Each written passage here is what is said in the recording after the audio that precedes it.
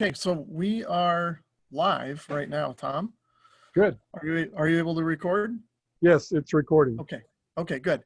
Okay, so good morning and welcome to our little live stream here.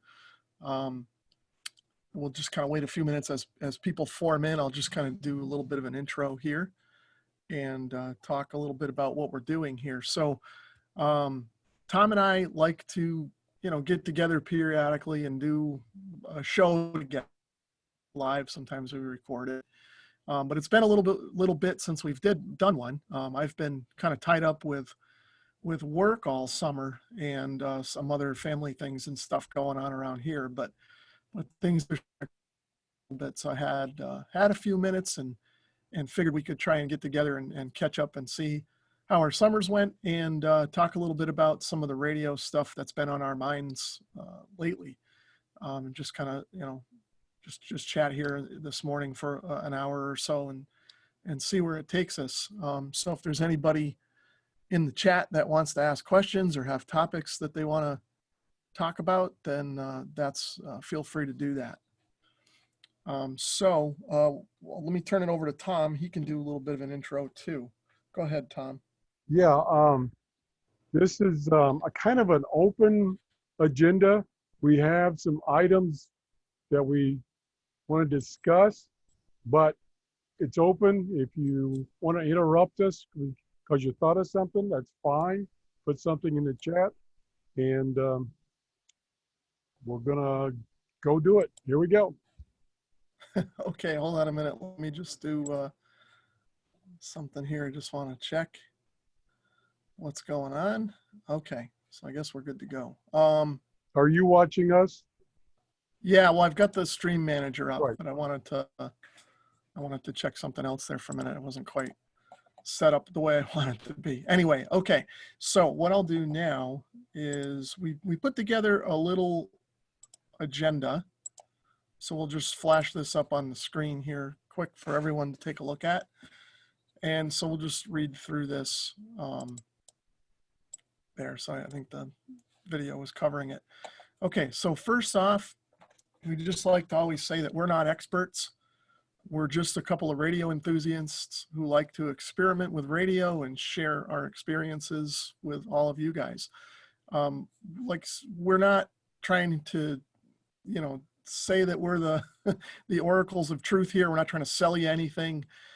We just like to talk radio, and sometimes we get it right, sometimes we get it wrong, and that's where you guys come in the chat room. Let us know either way, if we're off course or something, or if you have something to add to anything that we're saying.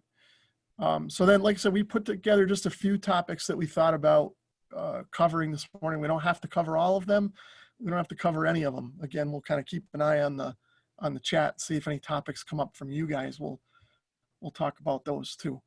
Think of this as like an 80-meter rag chew. Anything goes. So anyway, the first topic we thought about was the old Sangean ATS 803 realistic DX440 radios. Tom was talking about that in one of his shows earlier in the week, and I mentioned that I had a radio, and we thought maybe we'd show it off because Tom's been trying to get his hands on one of these for a while. So I thought maybe we could just kind of go through mine a little bit and until he's able to find one for himself. And then the second topic was cleaning contacts. This is like switch contacts inside of a radio. I know Tom did a video on that and learned a few things here this week with playing with an old radio. So I think he wants to kind of go through some of that and then see if anybody else has any tips maybe out there. The third thing we thought we would talk about is SDR Uno version 1.40.1. As a lot of you who are SDR play enthusiasts know, they recently released an upgrade to the SDR Uno software. And we thought we'd go through it. Now, I haven't really played with it that much. I don't know that Tom has either. But we'll talk about what we know and see if anybody else has got any experience with it. It's something that I'm going to be playing with over the next couple of weeks here as we get into what I like to call radio season. As we start moving into late summer and fall, the days get a little shorter, the nights get a little longer, and I spend a little more time in the radio room listening. Topic 4 is scanner radio listening. I think Tom and I both have been doing a little bit of that lately. So we may touch on that. And then we thought we'd talk about maybe coax cables. And then lastly, if we have time and we get there, we'll talk about batteries and things like that. And then we'll do a wrap up after that. So that's where we're at for now. Let me check the chat. We've got the Nordlander in there, and we got Don Izzo. Hey Don, how you doing? Thanks for joining us here. I know it's kind of early for some people, especially out on the West Coast, but it's late for some people out in other parts of the world, Europe and beyond. And I know Tom has a lot of followers over there, so this may be a good time for them, even though it may not be a good time for West Coast US. So with that, let me turn it over to Tom for a few comments, and then I guess we'll start going down the list unless anybody has anything else they want to talk about. Yeah, like I said before, the main thing is this is kind of open. If you want to talk about something else, or you have a comment about what we're talking about, or better yet, if you have a correction, as Rob pointed out, we're not experts. We want to share information both to you and from you. I think we're ready to go, Rob. Yeah, like Tom said, it's just an open forum, so feel free to jump in and play along, so to speak. Okay, so the first thing that we had on our agenda was to talk about the Sangean ATS 803, which is also the same radio more or less as the DX440, which you can see behind me here. Now I'm going to try and see if I can switch over to a closer view of the radio. Hopefully I don't crash the stream when I do this, but let's see. Tom, you'll have to tell me if my audio and everything is still coming through. Okay. If anybody in the chat wants to let me know if anything went wrong, but there's the radio. Can you guys see the radio? Tom, like I said, you may have to look in the YouTube stream if you have it up. So I guess overview of this radio, I'll talk a little bit about it and jump in, Tom, if you have anything to add or if I say something wrong. Yeah, I'm learning here. Oh, okay. I don't know how much you know about these. So these were released, I don't know, sometime back in maybe the late 80s or early 90s. I remember I was a teenager, and I remember when these came out because my dad was an avid shortwave listener when I grew up, and it was just my dad and I when I was little and into all my life really. But he always had an old Hammerlin on the kitchen table, just like the one you have behind you, Tom. And he would listen on that. And then he started thinking about getting one and was talking about it for quite a while. But my dad was what I like to call a financial minimalist. So he didn't spend money if he didn't have to. And he just kept talking about it. Well, I had started working, and I decided, I'm working now. I'm going to get my dad a nice birthday present. So when it was his birthday, I went to Radio Shack and I bought this radio for him. And I don't think it was even that expensive back then. I think it was maybe, I don't know, $150 or something like that. Maybe it was 200. I don't remember. But anyway, I gave it to him for his birthday, and he used it all the time. He put it on the kitchen table next to the Hammerland and played around with it. But these were the hot receiver back then. These were the ones that everyone wanted to have as far as the tabletop. And I believe they were made by Sangean. Yeah, they were made by Sangean. They were like you said in the slideshow, the ATS 803. I think that's the model.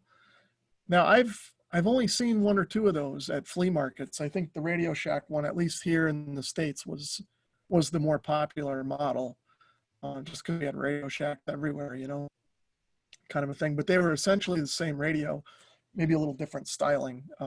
Actually, I think the Sangean did have one feature that this one didn't. There was some kind of, gosh, if I can't remember what it was. There was one feature it had that the Radio Shack one didn't. And for the life of me, I can't remember what it was.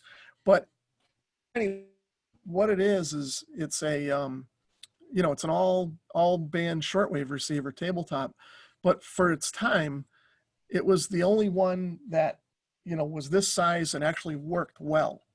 A lot of the other ones that were around worked okay, but they didn't have provisions for external antennas, and they didn't have the PLL controls and things like that that this one did. It was sort of a groundbreaking radio, at least from what I remember. So we'll take a quick overview of the radio, I guess, if you want, Tom. I mean, basically, you've got, you know, your on-off switch, you got the volume control, you've got a balance control, which is kind of interesting on this because there's only one speaker. And what the balance control did was this will receive FM stereo if you have headphones in it. So you could use the balance control with your headphones. So then what else do we have here? We have a treble and a bass control. And then another nice thing about this radio is that it could receive sideband. So you can see here, there's a BFO pitch control. This is how you would tune in sideband. I'll try and show that in a little bit. And then over here, it even had an RF gain control that you could turn up and turn down if you wanted to. And then down here, these are the switches to switch between the modes, AM, FM. You can turn the BFO on and off, and then there's a lock so that you could lock the keypad so you didn't actually or accidentally bump it. In fact, my dad would always lock it because he had it on the kitchen table and he was always hitting the tune control by accident. So that actually came in useful because this does have a very light feel to it. You know, you can tune it real easily. And I'll turn it on. We'll do a quick demo of that in a minute. So then up here, of course, is the LCD display. It does have a backlight. I think you can hit there. You can see a little backlight, but it won't stay on. It's got a built-in sleep timer. You could use it as like an alarm clock if you wanted to. And then, you know, the keypad, you can actually punch in a frequency if you want to go directly to a frequency, or you can tune around. It doesn't matter. And then there's different buttons for mode. You can actually scan with this radio if you want to. All kinds of features like that. And then the speaker here is pretty loud. This has got a nice sound to it. Nice clear audio. It was always a good performer. I'll spin it around here if my power cord will allow me. Just show you the back real quick. I don't know if that's focused or not. There's not a lot back here. It does have this arm, so you can tip it out like that and lay it down on your desk. And that's how my dad used it most of the time, just up on that bracket. Because it is, when it's up like this, it's kind of tippy.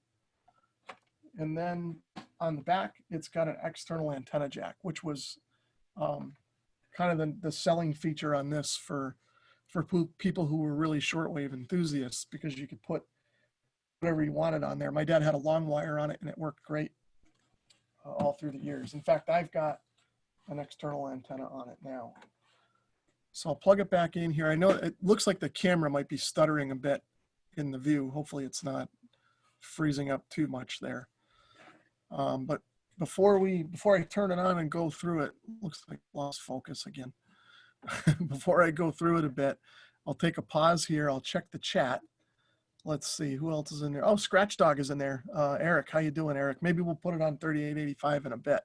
That's what my dad always used to listen to anyway, the AM wind. And then Anime is in there. Hello. Thanks for stopping in. And then we've got the Nordlander saying, if you were to buy one portable radio for shortwave listening today, one that is currently on the market, what would it be? Right now, if I wanted a radio like this, I would probably go for the Texan PL660 or the PL, what is it, 880, Tom? Yes. What would you go for? What's your answer to that question? I would go with the 660 or the 680. And then if you want to spend a buttload of money, they have the new 990 just coming out. But it's expensive. What tell us a little bit about that if you know anything about it. It's the successor to the 880. Okay. It looks very professional. Of course, The 880 also looked very professional. Same case, not the case of the radio, but the case that you put the radio in. They give you that case, that soft molded case to protect it.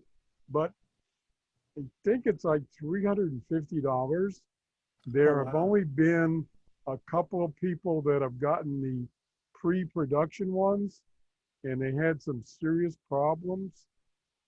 They are just now, this past week, releasing the production version. Oh, But no kidding. Okay. but it's a little steep, but it looks really nice, like the radio you're showing there. It really looks nice. Okay. Well, maybe after the initial newness wears off, the price will come down a little bit. What do you have any idea what the 660 and the 880 go for? Are those still both currently on the market? Yes, and they're between 125 and 160. Okay. I've got the 660 and I've been happy with that. I usually take it like when I go camping or even on any vacation, I bring that radio with me. It's a good performer, you know, even on the internal antenna. I haven't used the 880 at all. Do you have one of those, Tom? Yes. Matter of fact, I just did a show a couple weeks ago where Jeff, who is loaning me radios out of his collection, he bought one. So therefore, it should have been a newer version. And I did some side-by-side testing, and they both worked about the same.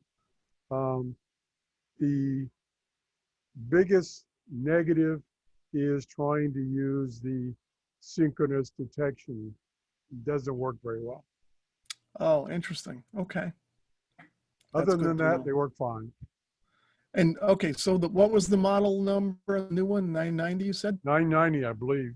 Okay. Well, I'll keep an eye out on that and see what Yeah, there are a couple of videos out there where people either got pre-production, which they had problems, or there's a new video out, I think came out last week, where the guy got one of the production release radios and worked pretty good. Still had couple little quirks. Um, the bad part is you as a user can't update the firmware.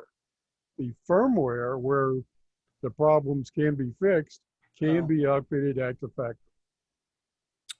okay. Too bad you can't do it yourself. I'm No, sure somebody will come up with a hack for that at some point.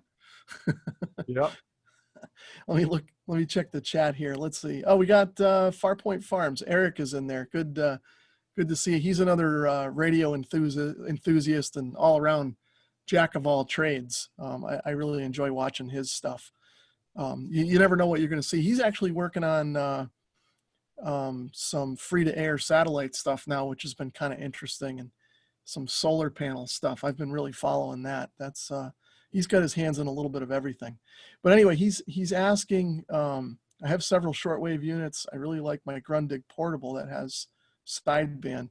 Got it at Radio Shack years ago, but it does have the dreaded sticky plastic. Oh, okay. You have a couple of Grundigs over there, don't you, Tom? Do yeah. you have any problems with that? I've got a number of Grundig, and I Yeah. know the one he's talking about with the stickiness. I did do a video, probably over a year ago, where I found a spray-on solution that will get rid of that stickiness, and it does work quite well. Oh, wow. What is it? I can't tell you offhand. I might actually have it in this room someplace. I got a spider running around on my desk Oh here. no. Anyway, let's see. Anime is in there. She says, cool. I didn't know that. Let's see. Nordlander says, can you spell that for me, Rob, on the chat? My hearing isn't the best. Spell what? I don't remember what I was saying. Don says Farpoint has a good YouTube channel. I heartily agree. It's a great channel. Like I said, Eric's got his hands in everything. You know, I always like to see a variety of stuff, and like I said, you never know what you're going to see there, and it's all good stuff too. Here is the cleaner that I used. Oh, okay. Hold that up again. Wait a minute, you got to talk so it switches over to you. Okay, here is the cleaner I use. It is called Remover, and it's by Maxi or Max Pro. I got it off of Amazon. And I had the, don't remember the model number, but it's the little Grundig with the weather band. And boy, it was sticky as heck. And this worked. This actually worked. Only thing I found that does work. Alcohol makes it worse. Any kind of household cleaner makes it worse. This worked, at least for me. Okay, good. That's good to know. Because, you know, that happens sometimes with these old radios, that not just the Grundigs, but you get that sticky, weird stuff happening. And that's a good thing to know on how to clean that off. That's a great tip. Okay, excuse me. So what should we do now? Do you want me to put the camera back on the radio and we'll try and demo it a little bit? Yeah, let's don't spend too much time because we got a lot of things to go over. But yeah, Okay. please turn it on. All right. Well, I'll put the camera back on it. I think that camera might have been stuttering a little bit. I don't know, the feed on it's a little high resolution and my computer might be struggling with it a bit, but I'll fire it up here. And the angle I've got it at is a little hard for me, so I'm gonna have to kind of reach around here. It's gonna look a little funny. Any particular frequency you want to see, Tom? Try the obvious ones, which is WWV at 5 and 10 megahertz. Okay, let's do, I can't see it. I'm gonna have to look at it through the camera. Okay. So I don't hear anything there now. Do you have an antenna hooked up, or do you need? I do. Let me just make sure that it's on Okay.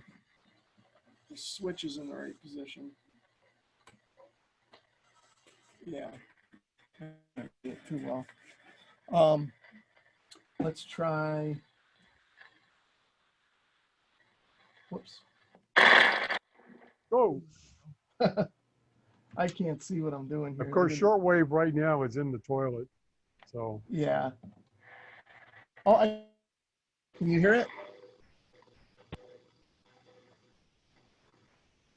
So it's coming in a little bit.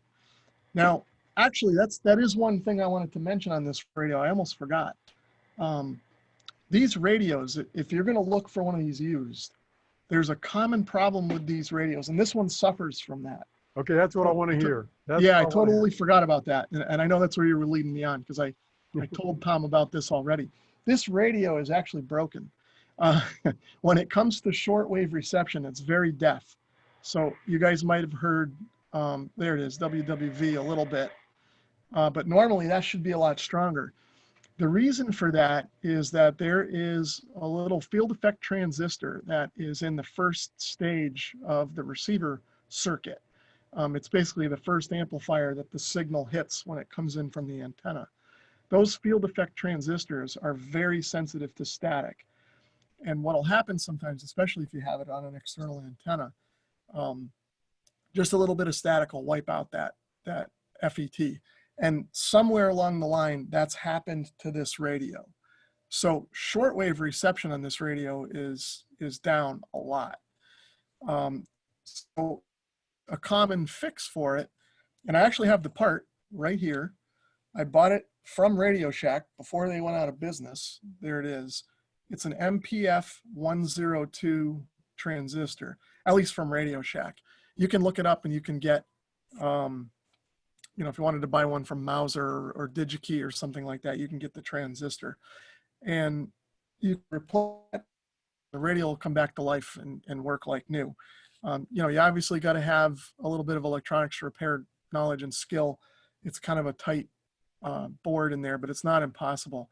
I actually have another radio like this that I picked up at a flea market, and I did the repair on that radio and it worked, but other things failed on that radio now. So it's in my parts box.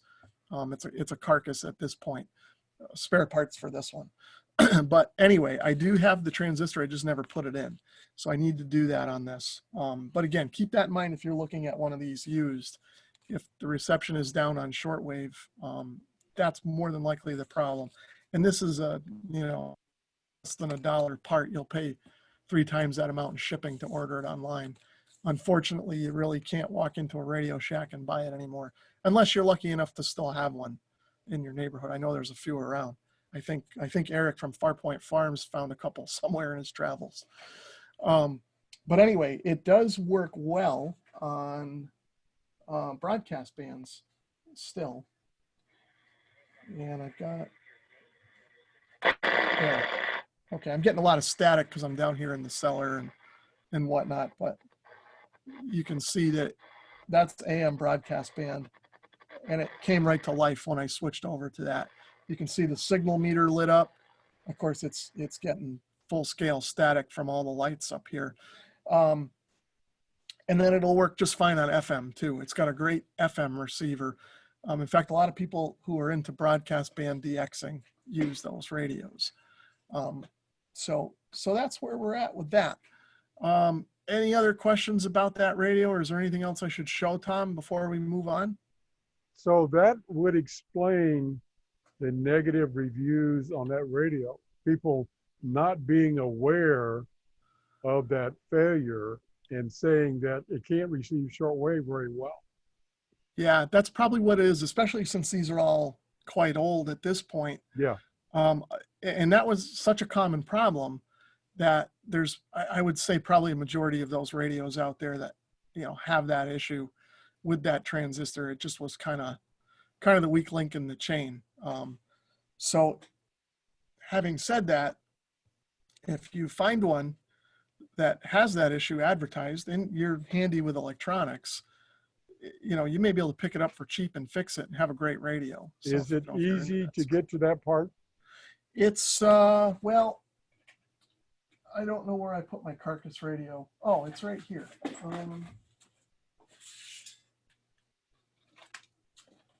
Let me see. I'll try and switch. It might look better in this view. Here's my carcass radio, okay? So I don't have the back cover on this and the boards are all kind of out.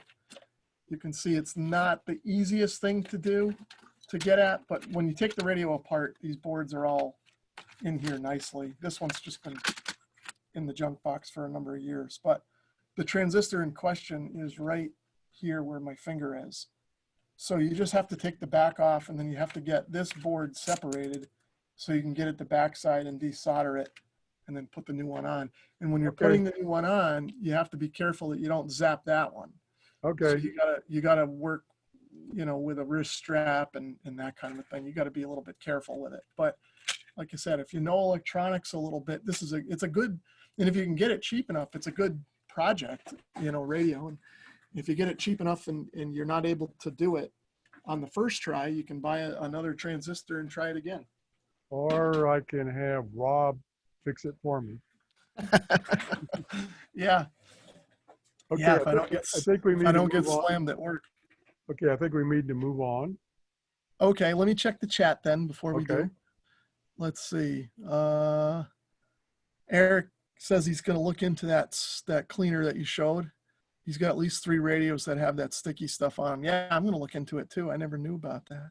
Yeah, be careful. Just try it on one small spot and see if it works for you. Yeah. You don't smear it all over your radio at the beginning. Yeah, that's a good point.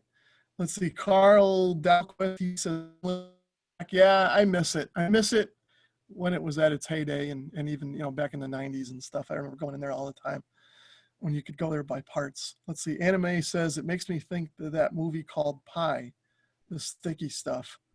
I'm not familiar with that movie. I apologize.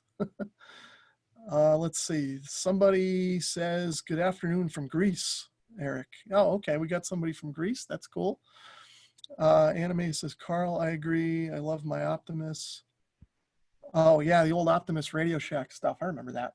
Actually, I don't think it's Optimus, but I have a Radio Shack receiver in my collection of what I'll call hi-fi receivers. That was my wife's before we got married. I don't know where she got it from, probably her father. And that works great. That thing is awesome. Let's see. Eric says around 7.030 with the BFO on. Yeah, like I said, Eric, I forgot the shortwave on this radio is a little deaf, so we're gonna move on with that. But maybe I'm gonna try and do a separate video of the repair here at some point in the future for that. Let's see. Eric says Porcello, Idaho. I had the best Radio Shack I've seen in many years. Yeah, that's right. It was out there. I remember I saw your video, Eric, and I was blown away that that it was still looked like a Radio Shack. That was cool. Let's see. Norm is in there. How you doing, Norm? Good morning. Norm's sort of local to me here. He says, if you're within driving distance of the Boston area, there's You Do It. I've been past You Do It Electronics up there near Boston, and I've always wanted to stop in, but I've always been driving by it when I've been on a work trip. So I couldn't get in there, but someday I'll make a special trip to head up there and check it out. We've got a place here in Connecticut, not far from the ARRL, actually. It's called Cables and Connectors. I think it's similar, but not quite as hobby oriented. It's got parts and pieces and tools for electronics. In fact, a lot of companies use it. When they're in a pinch, they need something right away, so they send their courier down there. But there's plenty of stuff for hobbyists there too. But You Do It is the place to go if you're in Boston. Let's see. Kevin's in there. Hello, KC30NO. Thanks for stopping in. And then Anime says, if you ever go looking for that movie, its name just, the Symbol Pie. Okay, I think I know what you're talking about now. My wife might have watched it, and I didn't see it. I don't watch a lot of TV and movies. I have a short attention span, but sometimes she drags me into the movies and they're good. So I'll have to ask her if she liked that one. Anyway, so yeah, I've been rambling on here for a while, and we did have sort of an agenda, I guess, that we were going to follow, but I'll flash that back up here again. And let's see. So we talked about the Sangean and Realistic DX440. Again, just a short overview. I'm going to do a repair video, and then we'll go through the radio a little bit more in future videos, so stay tuned. Let's see. Our second topic is more on electronics again, cleaning contacts. I'm going to turn that over to Tom, since he's the one that's been kind of dealing with that lately in one of his recent videos. Okay, let me see if I can share my screen here. I think this is the one I want to share.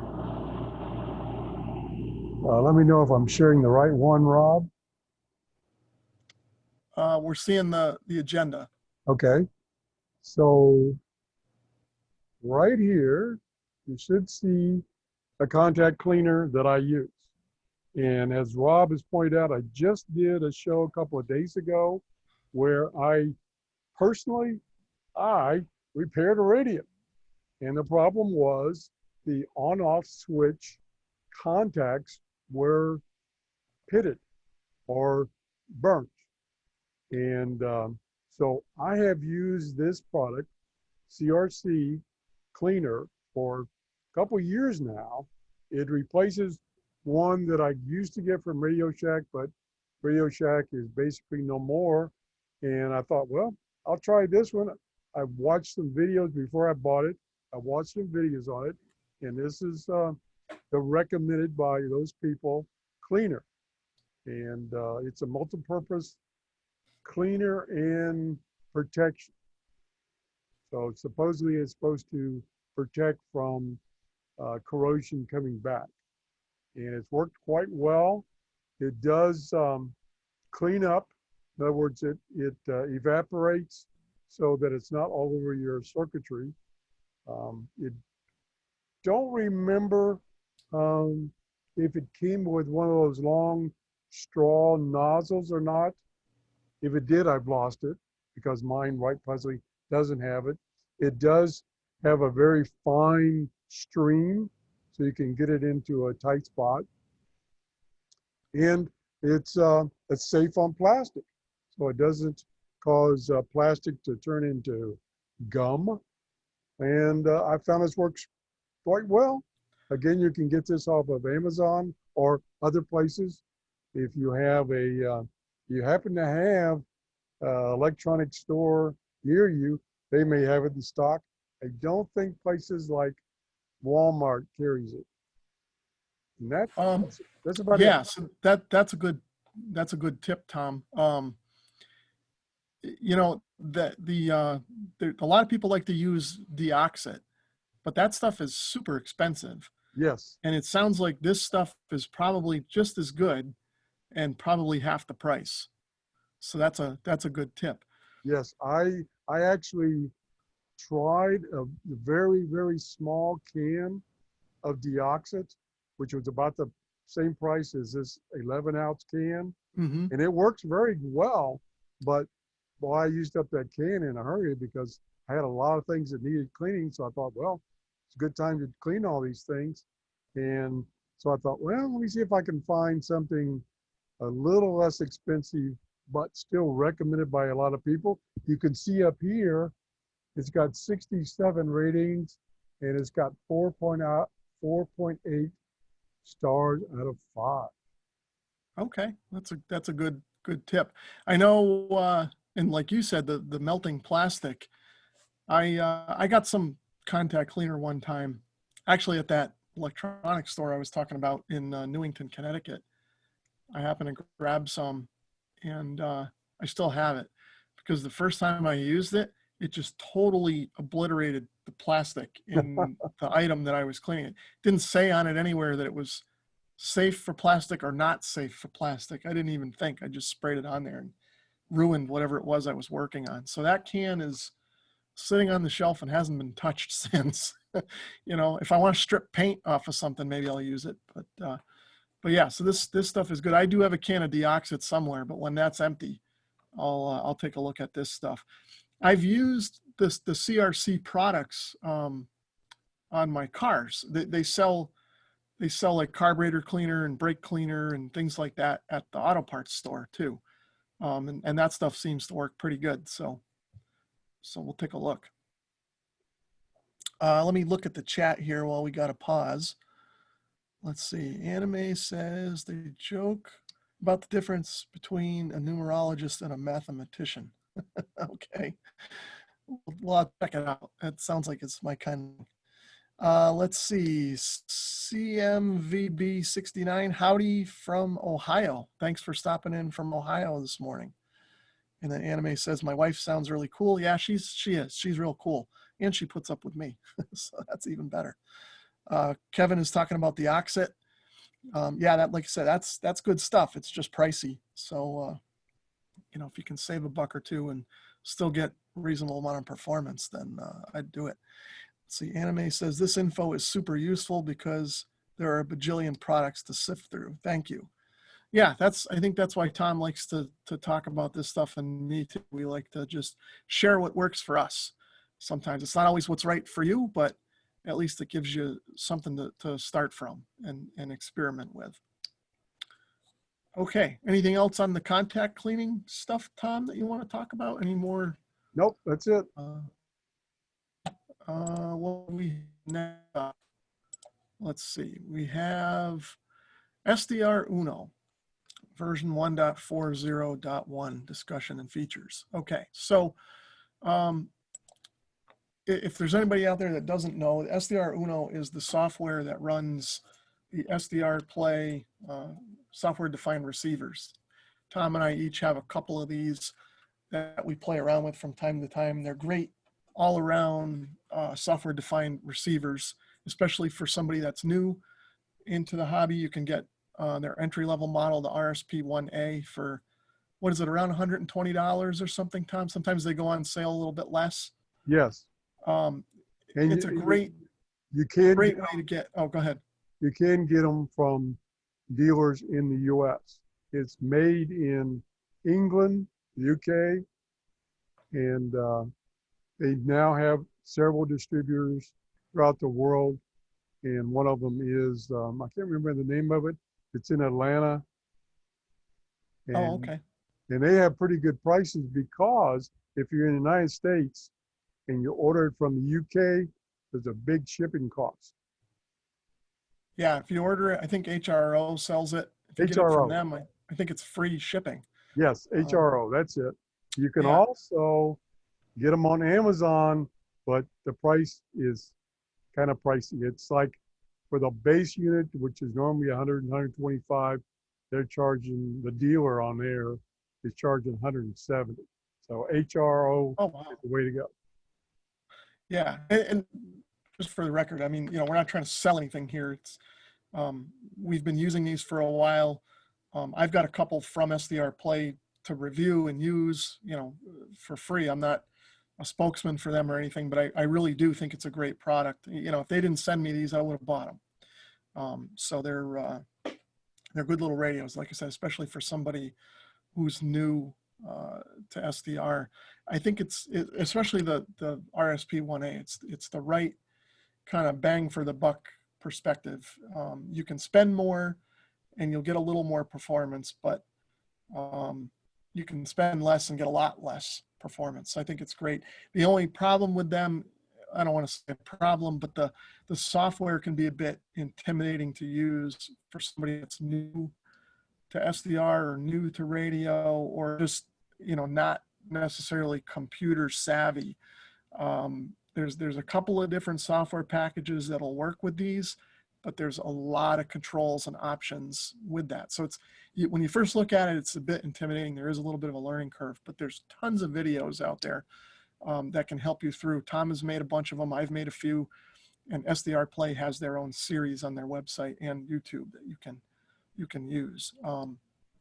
But anyway, that's all leading up to the discussion around, they've just released a new version of their software, SDR Uno, to run those radios. And there's been a few changes and upgrades and a few bumps in the road, I guess, so to speak. As I mentioned earlier in the video, most of the summer I've been flat out with work and some family things that are going on around here. So I haven't had a lot of time to play radio. I've been aware of the new version.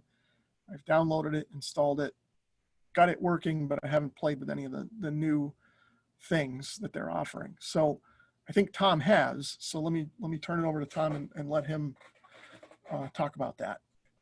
Okay, let me try sharing the screen again. And I think this is the one I picked before. And now we will go to, although this menu's in my way, get out of the way there, menu. Okay, here is the release notes. All this stuff is on sdrplay.com. They got a whole bunch of documentation. They got links to a bunch of videos. A lot of Rob's videos are linked in there. And here is the release notes. It just was released the 21st of this month. And I'm not going to go into detail about this stuff because there's too much to go over. So I'm just kind of give you the highlights. They've added a couple of functions. What I'm looking for, and they fixed a bunch of little nits, what I'm looking for, and see if I got that page up. Let's see, I think it's this one. Yeah, here is the roadmap. Now, before I forget, they have excellent support. You can go on their webpage, and if you have questions, you can do what's called a ticket and describe your question or your problem, and they will get back to you within 24 hours. I had a problem with installing this new software, and the software installed, but I went to run it, and it says the SDR Uno service is not working or something like that. And so I filled out a ticket. Within a couple hours, they said apparently it didn't install the most recent API. That's another piece of the software. And they said you can download that individually and install it. That should fix the problem. It did. So problem solved. Now, let me go back 1 second. if it's,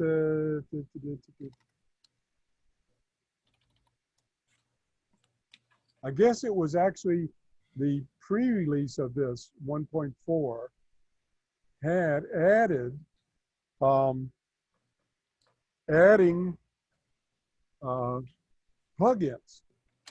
So now they're allowing people, other people than their company, to write plugins, little utilities and stuff that you can add into SDR Uno. And one gentleman who just recently, as a matter of fact, he's still kind of debugging it, wrote a plugin which they mentioned in their last webinar on YouTube, which gives you the display, the spectrum display with annotations up in the display of the various international broadcast stations. And of course, there are probably a half a dozen or so websites that maintain these listings of international broadcast stations, their frequency, other information, what language they're broadcasting at a specific time. And this gentleman has written a plugin that you can, when you go to SDR Uno, they now have a button called plugins, and you can add this plugin. And they themselves, SDR Play, released 1.4 with like 3 plugins. And you can add additional plugins. So that's really opened up the software for expansion and more options. And like I say, I'm going to do a separate video on that plugin that I've been talking about that puts up on your screen in the spectrum display where the international broadcast stations are. I should Yeah, have that's going probably, to be interesting. yeah, I probably should have did a screen capture, and I had that, but I didn't. I forgot. So That's anyway, okay. here is the roadmap of changes coming up for 1.41, 1.42, and 1.43, and eventually they will do a 2.0. And you can, like I say, you can go to sdrplay.com, look under downloads, and look under software and documentation, and you can find these release notes. Now, the one that I have been giving them suggestions for is the scanner option, where you can put in 2 options: a memory scan of a memory module that has all the frequencies that you want to scan, or you can do a band scan. What I have suggested for quite a while now is that when it finds a station and you have the option, it can store the information about that station in the memory panel you have open, that it also stores additional information, such as how many times when it was doing the scan, it hit that station. If you're doing the option where you say, continue scanning after so many seconds and keep looking for frequencies. Yeah, that would be useful if you're trying to build a database. You're Exactly. letting it do the band scan. It hits that frequency. You want to know if it's hit it more than once, because then more than likely it's a legitimate station as opposed to just some noise spike that it hit. Yeah, and right now the scan does a lot of things, like you can, when it stores a station or frequency, it may not be a station, it could be noise, in the memory panel, you can go into the memory panel and lock that out. Mm-hmm. It's just noise or interference. So they're going to, here's the term right here. Actually, they're going to put the lockouts in a separate file. You can keep that separate, and it doesn't interfere with your memory panel that you've saved. Statistics and logging, that's what I'm looking for. This will not come out until 1.43, so it's going to be a while. and then use the memory panel thresholds as far as uh, when it's going to actually open the Squirrel chart. So those are the things that are coming up. They're doing a lot of work, but the biggie that's out right now in their latest version is plugins. And like I said, I'm going to do a video of that one plugin that an individual outside their company has written this plugin. He's still working on it, so it still has a few bugs, but it's definitely something I was been looking for. That's about it. Yeah, and that's kind of like you said, that's a biggie because doesn't it open it up so third party people can write plugins for Yeah, them and that's what I'm release? talking. That's what I'm talking Yeah, about. yeah, they're not. So the plugins aren't necessarily from SDR Play. They're from anybody who's got some coding ability out there that wants to write an enhancement. They think something up or whatever. They can just release that. Um, Yeah, here's their plugin page, and yeah, what they are doing is after a person has written a plugin and their software people have checked it out, then they'll add it to this page. And I think, let me just check real quick here. Okay, these are the ones they put in which are working now. Adapt plugin for the digital audio broadcasting, which is not in the United States, unfortunately. A DX cluster yeah, plugin I've heard talk about that one. if you're an amateur operator, and an audio recorder plugin. It's an enhanced audio recorder. And then down here, they'll be adding third-party plugins. And I think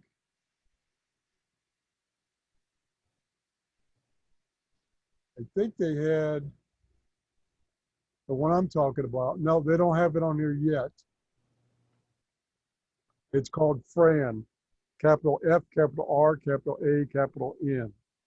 And it's, as you can see, it's not officially released. The guy's still working on it, but you can get it through the SDR Uno Facebook group. The file is stored up there. Yeah, I downloaded it. I just didn't have time to install it. I know you tipped me off on it, but didn't get there before the stream. But I will play with it. Okay, so let me check the chat here, and then we'll move on to the next topic, I guess. So let's see. I think I got kind of far behind. Yeah, who's in here? Let's see. I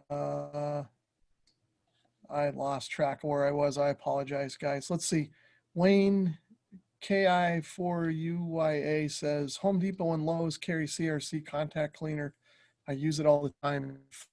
The Oxet. That's a good tip too. Excellent. Use the cheaper stuff for the heavy lifting and then just touch it up with the expensive stuff. I like that idea. Let's see. Kevin is talking about some stuff. I don't know. I've lost track of everything. I'm just gonna have to skip that one. Let's see. John Deere 620 is in there. He says, "How did I end up as a moderator?" Well, I needed a bouncer, so you're the guy. He's from Maine, and you don't mess around with people from Maine. Let's see. Does anyone make a plug and play SDR? That's from CMVB69. I don't know that there is a plug and play SDR like these. You can buy the RTL SDR dongle, but you still have to use the software, which is a bit of a learning curve for people. There's a couple of radios out there. Tom's probably more aware of them than I am, like the ELAD something. There's software defined radios out there that are radios that they're software defined radios, but they have a control panel and work like a traditional radio. And then there's these like the SDR Play and the AirSpy and whatever that are just black boxes and you need the software. But I don't know that there's like a hybrid or an easy one. Maybe the ELAD, but they're kind of pricey. Do you know of any more plug and play ones, Tom? Boy, I do, but I can't think of it right offhand. But the ones that I'm thinking of, which is basically, if you look at it, it's your typical radio with knobs and everything, plus you can have software control. So it is standalone, plug and play, but I think it's over $1,000 for a receiver. Yeah. I think we'll get there. I think as this technology matures a bit and it starts to trickle down a little bit. All this SDR stuff started out more for like the hams and the enthusiasts and people who are, you know, kind of techie in nature, just like anything else. And then, you know, I think somebody else come along and fill that niche at some point and make one that's a little more plug and play. I don't know when that'll be, but it'll be interesting to see how that evolves. But right now, I think you just have to muddle through. And it's not that, and I think it's just kind of a nature of the technology. There's just so much you can do with it that if you don't have a software like SDR Uno, you're kind of missing out in a way on it. You know, I don't know if that makes any sense, but let's see what else. Don, the other Don is in here. Hi, Rob and Tom, N5SKT. Glad to have both Dons in here this morning. Let's see, Ron D. Good morning from Lincoln City, Oregon. Ham radio outlet in Portland, Oregon has the RSP1A SDR. That's good to know. I don't know how many locations HRO has. I know I pretty much deal with Hampshire. That's my local one. But I know there's Rob, what? Yeah. the good thing about SDRs is there is a ton of support. There's tons of videos on how to get the software up and running. There are probably a dozen free software packages. For instance, another biggie is SDR Console. Lots of people supporting that, lots of videos. So if you're kind of a little leery of getting into it, just go out and look at those videos on SDR. It'll give you information of how they work and how to get the thing up and running. So don't be afraid of them. When we did the last show, Rob and I, one of the topics was SDR versus conventional analog radios. And I pointed out that I've gone to the dark side and I use SDRs almost exclusively.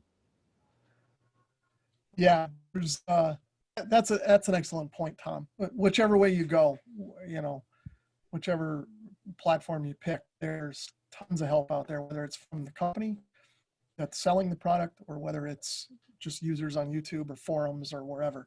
That'll get you through the learning curve, and it's a lot of fun. I've had a lot of fun learning this stuff and playing around with it myself. So that's kind of how I've approached it. As you know, as I go through, it's almost like the experience of learning it is almost as enjoyable, if not more so, than just using the radio to kind of tune around with. And to give Rob a little plug, Rob has some excellent videos on the SDR Play products. I have a few. I wouldn't call them excellent, but I have a few. Well, I think yours are pretty good, Tom. And my videos have just been me kind of, as I'm learning, I play around and I figure, well, I'll just share what I learned and throw it out there, and maybe somebody will find it useful too. And that's what a lot of people do. There's a lot of great content out there on these, like Tom said. Somebody figures something out and they just share it, and everybody's got a little bit of different take on it or perspective. So I recommend, you know, you watch multiple videos, even on the same topic, because you'll get the full picture that way. Something that I may have missed in a video, Tom may cover, kind of a thing. So if you do go that way, make sure you spend a lot of time with the, you know, the video. Let's see, we'll go back down through the chat. I'm getting a little behind here. Let's see, John Deere, he says, I used to be the admin of a diesel truck site with 10,000 members. He was good at dropping the hammer. Now I have to be on my best behavior. The Don N5SKT says it's good to have the root password. Don says he's really getting into Open WebRx on his RSP1A. I need to look at that here. That's one of the things that's I'm around with that. Have you done anything with that, Tom? I use that a lot.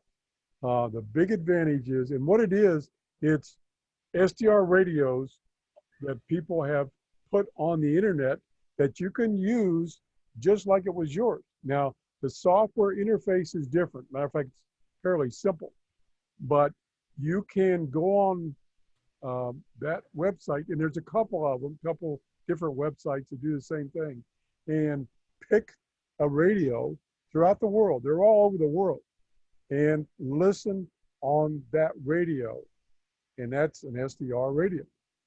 And it's another way to get used to using SDRs without any cost, totally free.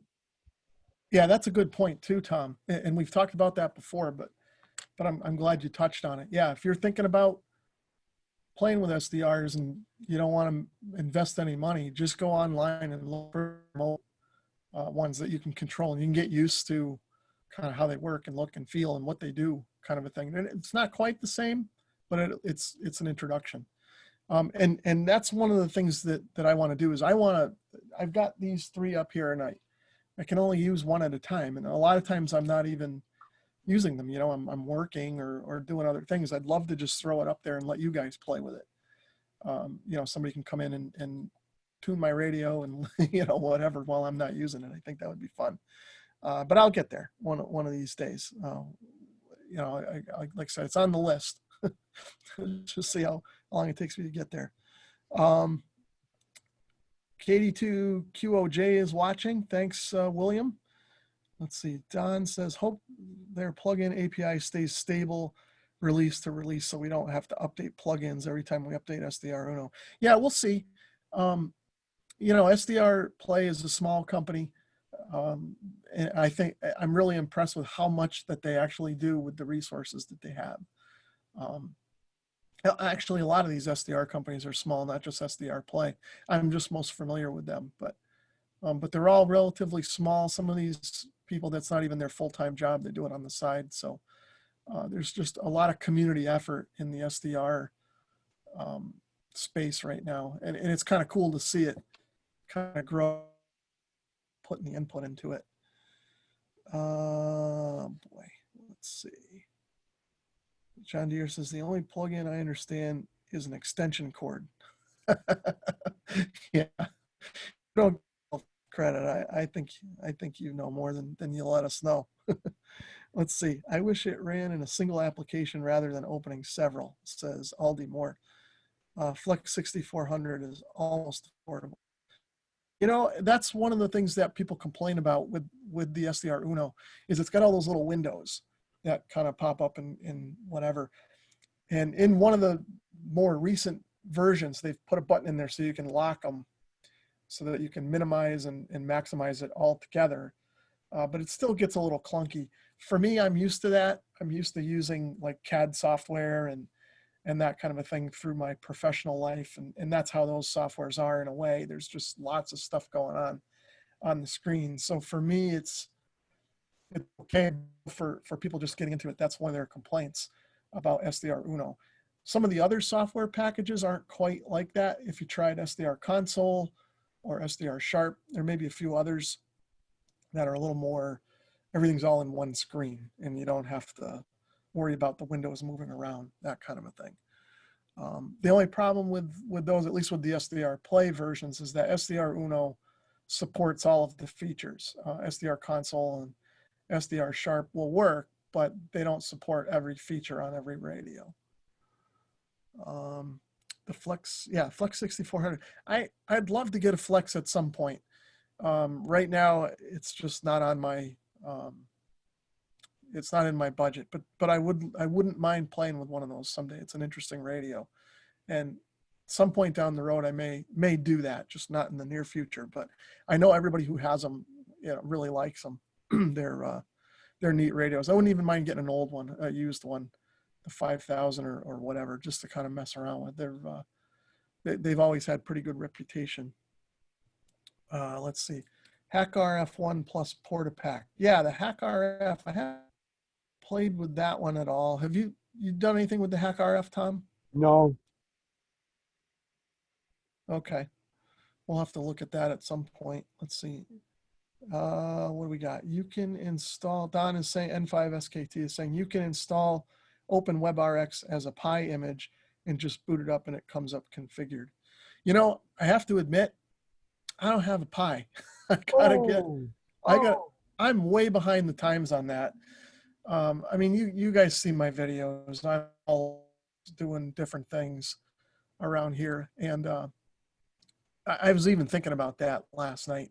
Like, that's one thing that I'm just way behind on. I've never had a Raspberry Pi in the I'm shack. I I'm need to gonna have get. to sing you. I'm gonna have to sing you. Yeah, it's just it's just one of those things. Just haven't got always fooling with other stuff, whether it be cars or motorcycles or fixing stuff up around the house or working. I'll get there. I'll get there. Let's see. I'm going back. I'm going back to that video. Okay. And it is cool using stations around the world and it's free. Skywave schedule. I haven't heard of that one. Have you heard of that one, Tom? Yes, Skywave schedule? I actually did a show on it. Oh, okay. That's another thing I'll have to look at. See, that's why I do these shows, so I can learn from you guys. Um, he says it blew away how cool it is and that it's free. Okay, and then Cycle Camp. Um, he says, do you use separate antenna for the SDR? And if not, what switch do you use? Let's see, that's Bill. He's one of the local guys. No, I just use my normal fan dipole for everything. I've got a switch. You can't see it. It fell behind the rack back there. It's really a panel mount switch, but it's an old, I forget what it is. It's a real high quality switch actually. But I use that to kind of switch between. It's only 2 positions, so I just swap the coax around to radios. Again, that's another thing I need to do around here is I've got this whole plan in my head for a antenna switch matrix and grounding system and everything, but you know, who knows if it'll ever happen. But yeah, right now a lot of it's just manual plugging antennas around kind of a thing. Um, okay, so John Deere posted one that he uses, an MFJ one. KA4UI, shame on me. Yeah, I know, shame on me. I'm, like I say, I'm not a real ham. I, a lot of people kind of bust me, but I'm like a part-time ham, I guess is what I call it. I play radio more in the winter than I do in the summer. So maybe this winter is when some of this stuff will start to happen.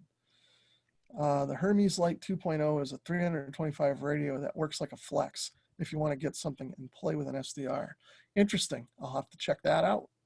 I'll check that out. And Kevin says, yeah, no excuse. I need a Pi. I know I'm not going to live this down now. Let's see. Here's what I use. Oh, okay. Yep. There you go. There you go. I've got this whole thing mapped out in my head. I even got a little schematic up there in my memory bank of how I want to do it with multiple switches and everything. Because I've got it. Well, I don't have as many antennas as you do, Tom, but I've got a few. I And just repaired a bunch of my antennas and counted them. I got 14 now. 14. I was going to say, I thought it was 13, but now you're up to. Got another one. Yeah, I think I've got about half that. Let's see, where else are we? Went out in the 103-degree heat and put up a disc cone for my RSP1. That's commitment. There you go. Yeah, that's what you got to do. Actually, around here, kind of the running joke is you got to put the antenna up in the winter in a snowstorm because that way it'll stay up. you know, if you put it up in the summertime, it's, you're too casual, whatever. But if you're in the wintertime, you're thinking about it and you're doing all that reinforcement that you got to do. So maybe the same thing goes with the extreme heat. Let's see. Everyone needs a Pi pumpkin. Yeah. Let's see. I was in the IT world for the last 25 years. I have no desire to mess with a Pi. It just seems like work. Maybe someday. I'm just in relaxed mode. That's a good point, Aldi. I did I was sort of an IT guy for a long time. A place I used to work. I was a systems admin.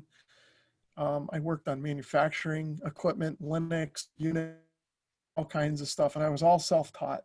So I spent a lot of time just digging into this stuff and trying to figure out how it worked and messing stuff up. And I was on call 24/7 when machines were down and this and that. And I gave that up, 10, 11 years ago now. I switched over to doing different type of work, and I'm still scarred from it. I think that's part of it.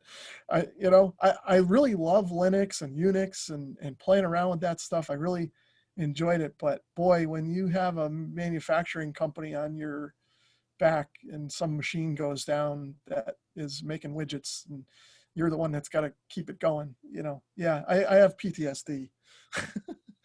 But let's see. Sweet potatoes, please. I'm missing something.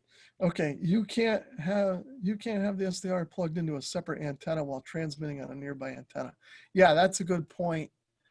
Uh, I always make sure that I'm not transmitting. You can get the MFJ switch if you want to keep it on all the time. A lot of people do that. I forget model number on that switch, Tom. Do you know? No, I don't. Yeah, there's a switch that MFJ makes. It's automatic, so you can have the SDR and your normal transceiver on it at the same. It senses the RF and cuts off the SDR. But otherwise than that, yeah, you're right. You've got to be real careful. Otherwise, you'll blow out the front end on your SDR. Let's see. Anime is talking about bourbon whipped cream. I don't know. It's a little early for that here. I don't know where you are, but let's see. I have a few pies, but they're embedded in other projects. Yeah, I'm sure. Bill's got them all over there. Bill's a real good technician. I learn a lot from him. Cycle Camp. He keeps me on my toes. All of us around here. He's real knowledgeable with this stuff. So when I do get one, I'll let you know, Bill. You can walk me through everything. Let's see, only more. Scarred is the perfect term. I cringe when my wife has computer problems. Yeah, I do too. you know, I hear the call and yeah, I phone call or something. But no, my wife's pretty good with computers too, actually. She usually figures out her own stuff. 1708, that's the model number on the MFJ switch. Thanks, John Deere. He said he put a link for it. Let's see. CycleCamp says he built his own and ground the input to the SDR when transmitting. Yeah, I remember you talking about that. That's cool. And Anime, no, don't worry about it, Anime. No big deal. We're all having fun here, right? Okay, so we're all caught up on the chat now.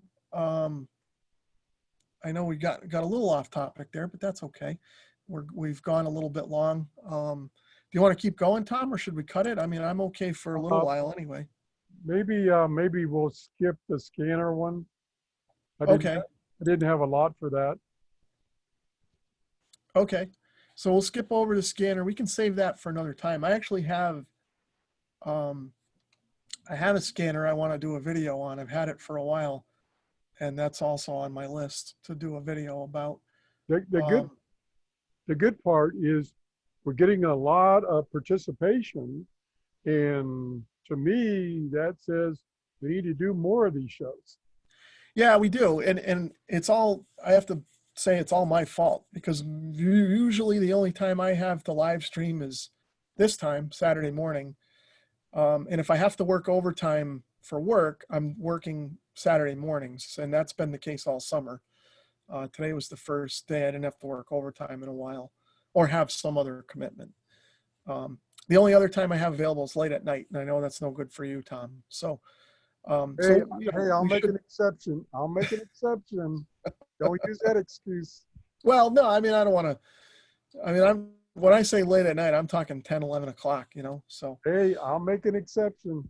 All right. Well, maybe we'll do that then. At some point in the future, we'll plan it ahead of time so that that you can, move stuff around in your schedule, and we'll do a. Well, the other advantage is by putting it in a different time slot, we can make it, as far as the live show, make it available to a different part of the country. Yeah, and that's the good thing. I know a lot of my YouTuber friends, they have sort of a set schedule that they keep for live streams. I'm not a huge fan of the live stream. I enjoy doing them with you, Tom. we have a lot of fun and the people come in the chat, but it's hard for me to commit to a schedule, partly just because, like I said, I'm not the biggest live stream fan, but just I never know what's going on around here in terms of um, stuff. So what we'll try to do that at some point. We'll schedule an evening one, and we'll do it more in advance. We'll give everybody more notice, at least a few days, and then we'll take it from there. But a lot of times the Saturday morning seems to work out okay. I know we probably don't get as many viewers as we could, but at least we're doing it. At least I'm doing it. I know you do some live shows periodically, Tom. I think you're more comfortable with it than I am. But anyway, so we're going to skip the scanner stuff for now. Do you want to talk about coax cables? Briefly. Okay. So I'll stop that. Go ahead and. Okay, let me get my screen up here again. And we'll wait for that menu to get out of the way. And I want to see if I can get out. Darn menu's right in my way. Shoot. Okay, that's the scanner one I was going to talk about. And I thought I had one. Nope, that's batteries. Oh, I can't find it, Rob. What's the problem? Zoom has a little menu at the top. It says you're sharing your screen, and I can't get that to go away. So, I thought I stopped. And so. Your screen. I see. My screen, yeah, because I'm sharing right now. If you just temporarily shrink your window, you should be able to see it. Now let me try this. Okay. There we go. That worked. There we go. Now, good suggestion. That's why we brought you here, Rob. Okay. There are many, many, many types of coax cable you can use to hook up your antennas. And the thing I wanted to just kind of briefly touch on, and this is a great chart. You go to Universal Radio, it's universal-radio.com. On there, they have this coax cable by the foot chart. And they have a couple of charts. And this lists all the coax cable that they sell. And over here is the prices, but you can see quite a bit of difference in prices. And for instance, let's just pick RG59. It's only 24 cents a foot. And you come down here to like LMR 400 Ultra Flex. It's $1.59 a foot. And the thing is, I'll let Rob jump in here in a second. The situations are different when you're transmitting versus just only receiving. I don't believe you need as good. You don't need this expensive stuff, although it's nice to have. It gives you low loss. You don't need this expensive stuff. I typically use RG58 and 59, the cheap stuff. There's another. Go ahead, Rob. No, finish your thought. I thought you were done. Okay, there's another chart. There's two other charts down here. And there's a power chart and an attenuation chart. If I go to, I think, attenuation chart. Okay, this shows you, actually it has both charts. There's the power one. This shows you the attenuation of the signal from the antenna to your receiver or transmitter. And it shows it on the various frequencies, and it's per 100 feet. So again, you can see like here's RGA 59 at 50 megahertz. Attenuation is 2.4 compared to the Ultra, which is 1.7, and the big fat RGA, which is really thick and heavy, is 1.8. This is important if you're going to transmit. I personally don't think it's important if you're only receiving, and I therefore get the RG 58 or RG859 instead of the more expensive stuff. Okay, what do you think, Rob? Yeah, I agree with that. And I get depends on what you're going to do. And again, Tom and we listen more than we transmit. At least I do. I think Tom does too. We're more listeners. And when you're talking about that now, again, if you can afford the more expensive stuff, the lower loss stuff, then by all means go for it. But if you're focused on shortwave listening and you look at the chart here, you can see that in some cases it's diminishing returns. Go back to that loss chart Okay. there. You're kind of, you're spending a lot more for not as much gain. So I tend to go with the RG8X. Most of the time, it seems to be a good balance between cost and performance. And I keep a lot of that stuff around because sometimes I do use it for transmitting. And then that way it's not so bad. So like if you look at the 8X, it's 2.1 at 50 megahertz. I guess we were looking at that column.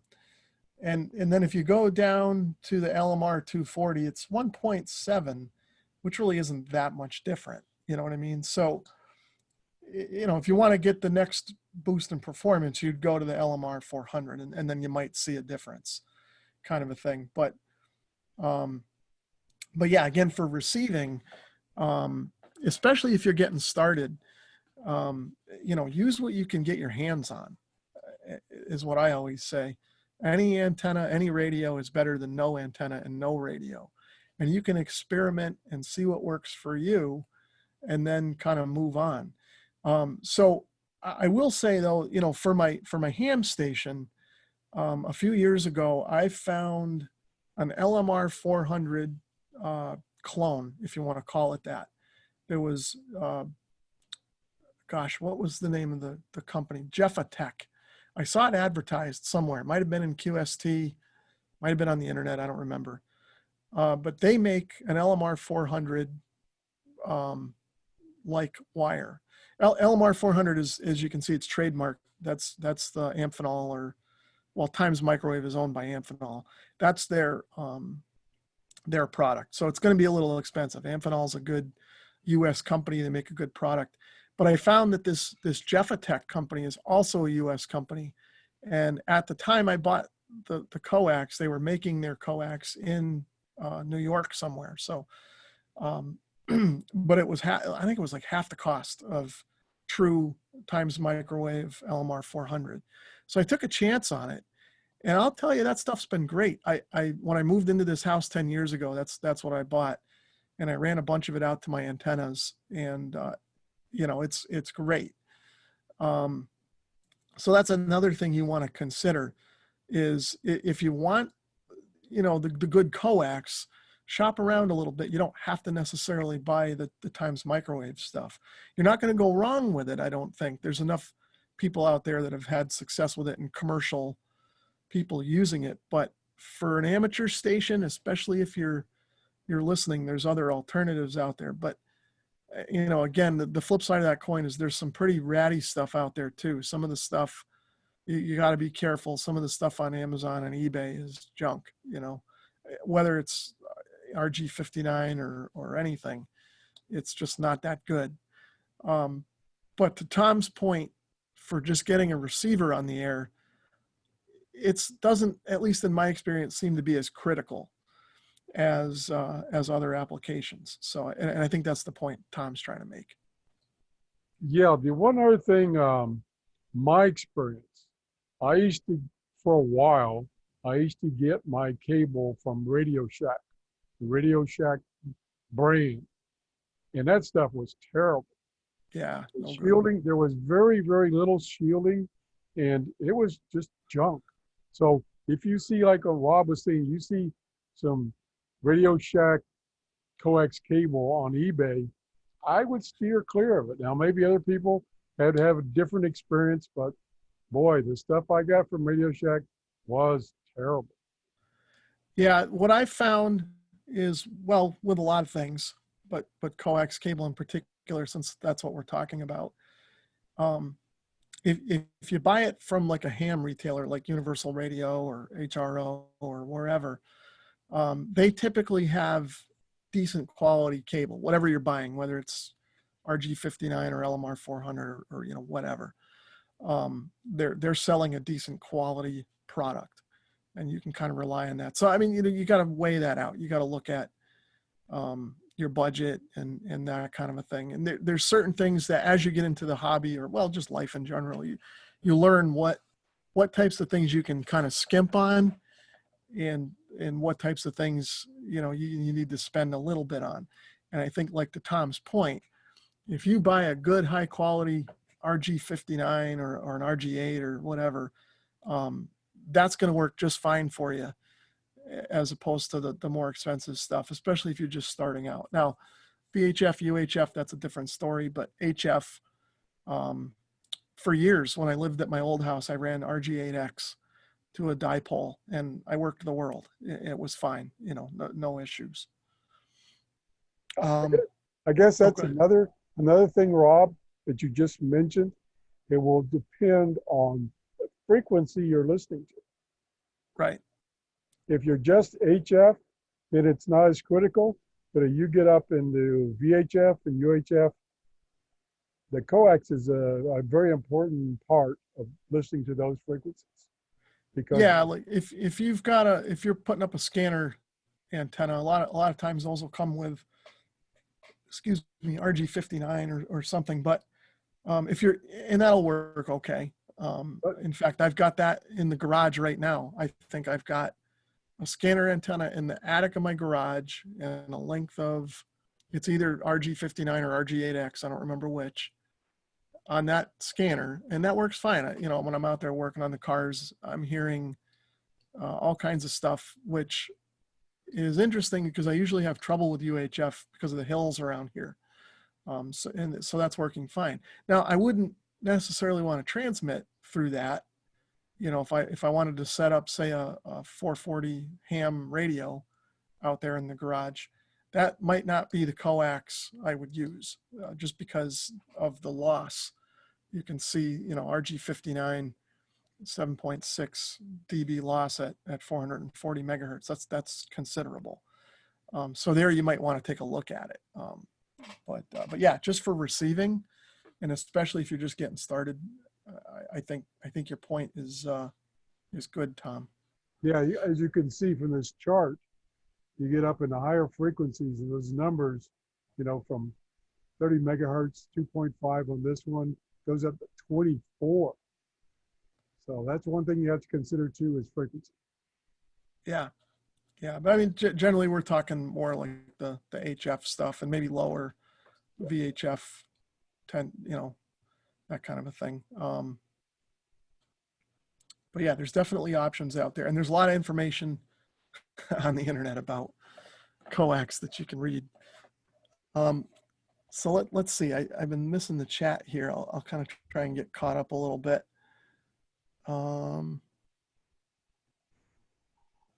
Let's say Bill says crimp versus solder versus mix. Let the coax wars begin. Yeah, there's a lot of discussion about that, whether you should crimp your connectors or solder them. I think for receiving, crimp is fine. Transmitting, especially higher frequencies, yeah, I would solder. Let's see. Bill says, I do wish coax came in more colors at a reasonable price. My tags always get ripped off. Yeah, that's a good point. Why is coax always just black or gray? Why can't we get colors like wires so you know what's what? I like that. I use the colored electrical tape, or sometimes I use zip ties on the end of the coax, and I'll put like 3 zip ties and I know, okay, that's 6 meters or, whatever kind of a thing. But let's see. Anime says, I'm actually way too new to really know what that means. You'll get there, Anime. Watching all the YouTubers bunch and all the info will soak in. Especially Josh, Ham Radio Crash Course. He does a good job breaking everything down for the new guys. Let's see. I have G218. Yeah, 218 is good stuff too. Um, let's see. John Deere says ABR 25 4 and okay. I'm not familiar with the ABR coax. Anime say my dad's electrical box had colored electrical tape. Yeah, that's what I'm doing. Let's see. Cycle camp. Attenuation charts are important. That's what Don Izzo says. Yeah, whenever you're looking at coax, check that attenuation chart and keep in mind what frequency you're going to be on. Let's see. Okay. I think the stream might be hiccuping a little bit. My internet connection might be slowing down a little bit here. It should come back soon though. Let's see. Attenuation charts. Tom's audio is a little harder to hear. I don't know if you can turn your mic up a little thing. John Deere says, I want as much RF actually getting out the door. I agree. Like I said, when you're transmitting, you really want to look at it. And if you can afford the higher quality coax, it's a good idea to use it. I definitely agree. RG59 is 75 ohm, not 50. Yeah, I think, like I said, you wouldn't use that for transmitting on a ham radio anyway, but for receiving, it's probably okay. In fact, I remember back in the day when my dad was messing with scanners, those were all 75 ohm input, I think. So the scanner antennas that he bought, like for a car, 59 on them. VHF, UHF for 2540 or 25400. Balanced feed line, only way to do it. Yeah, that's another point. Balanced feed line, if you can get away with it, is super low loss. If you get the right feed line, you can make it yourself. A lot of people do that. You just have to be able to work with it. Coax is obviously more convenient. You can bury it, that kind of a thing. That's what I have here. I have my coax sort of buried along the yard because I can't, the way my yard slopes, I can't get open line up to the antennas. It would hang down low or be obstructed by other metal objects and things like that. So I haven't fooled with open wire line, but a lot of guys do. That's a good way to go, especially at HF. Let's see. Try and get caught up here. I might have to skip a little bit. Let's see. LMR 400 or better for VHF, UHF used here. Yeah. Typically that's what I have too on my 2 meter. It's a little hard to work with in the car, so I just run RG8X in the car for VHF, and I don't really run UHF here. I just receive. But if I ever were going to put a UHF able radio and antenna here, I would definitely use that. But for receiving, like I said, on the scanners, what I have is fine. And I think that's Tom's point. See, Don says HRO is 5 minutes from him. That would be dangerous if HRO was too close. We used to have a ham radio store here in Connecticut that was about a half hour away. It's actually right around the corner from the ARRL. They went out of business a couple of years ago though, but yeah, we used to make trips down there and have to make sure you leave your credit card at home. Yeah, we used to have a Lafayette, a Radio Shack, an AES, and then a private one called Chester. Oh, wow. And that would be my Saturday thing that I did is I went through all the stores. They are now all gone. Oh, yeah, that's too bad. That's too bad. We had Lentini's, which was the ham and CB radio store right next to the league. And then there was another one in Hartford or East Hartford, Connecticut. It was called Hattrie's, and that went out of business right when I was starting to get into radio stuff when I was a teenager. I think I went there once, right when it was going out of business, or at least they weren't going to sell interest stuff anymore. Over to just business stuff, and it's gone now. But we still have that electronics store down there near the league, but they don't sell radios. They just sell parts and pieces and kits and that kind of a thing. Cycle Camp, he's saying UHF VHF is less than 50 foot. So just use 8X. Yeah, that's kind of the rule that I've used too, Bill. I'll use 8X on 2 meters, like I said, in the car, 15, 25-foot run, whatever. Or my secondary garage radio is 8X. That's a 25-foot run up to the antenna. No worries there. Local repeaters I can hit with a good HT antenna. Yeah, you're in a better spot than me. You're down there in the valley and all the repeaters are above you. I'm over here on the other side of the ridge. I have a hard time with HT antennas here. I mean, there's not a lot of like high hills here in Connecticut, but there's enough to cause problems, at least for me. And there's a lot of iron in the ground around here too. I think that has something to do with it. Let's see. One Fanger is in there. Hello. Thanks for stopping in. Bring your own pink, headed out. Okay, thanks Don for stopping in. N5SKT is going to head out. 7-3, thanks for coming in. Messi and Paloni coax, excellent. Have you ever heard of that? That's from Sandra. Have you ever heard of that, Tom? No. I haven't heard of it either. I'll have to look that up. Yeah, 50 feet. 25 down to lightning arrestor. Yeah, there you go. Yeah, you've got a good setup over there, Bill. I know. Bill does everything the right way. Let's see. Kevin, use 2 coaxes and the ground, use centers as parallel line. Okay, Kevin's talking about parallel coax feed line. He made a comment earlier. I think I missed it. And he's talking use 2 coaxes and the ground, use centers as parallel lines. Have you ever heard of that, Tom? No, that's new to me. 2 coaxes like a balanced line? No, that's new to me. That's an interesting concept. I've heard of using coax for an antenna called a bazooka antenna. Oh yeah, I've seen those too. I tried one and it didn't work good for me. Okay. I built it wrong. Let's see. KB1WQK is in there. That's my sister and my neighbor. Good morning. I got to come up and see your driveway. You have a sister? I do. I have 3 of them. Wow. One of them's a ham. The other 2 are not. Awesome. The other 2 moved to North Carolina. We need to get her on the show. Well, okay. I'll talk to her about it. All right. I don't know if she'll do it. She, I'm going to pick on her here for a minute. I don't know if she's still watching because this chat's, I'm getting away from me, but she made a video just goofing around in her kitchen about some egg timer or something. I forgot what it was. She was just goofing around and she sent it to me on Facebook Messenger. It was good.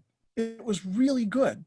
And I told her she needs to start a YouTube channel, but she hasn't Absolutely. Yet. Absolutely.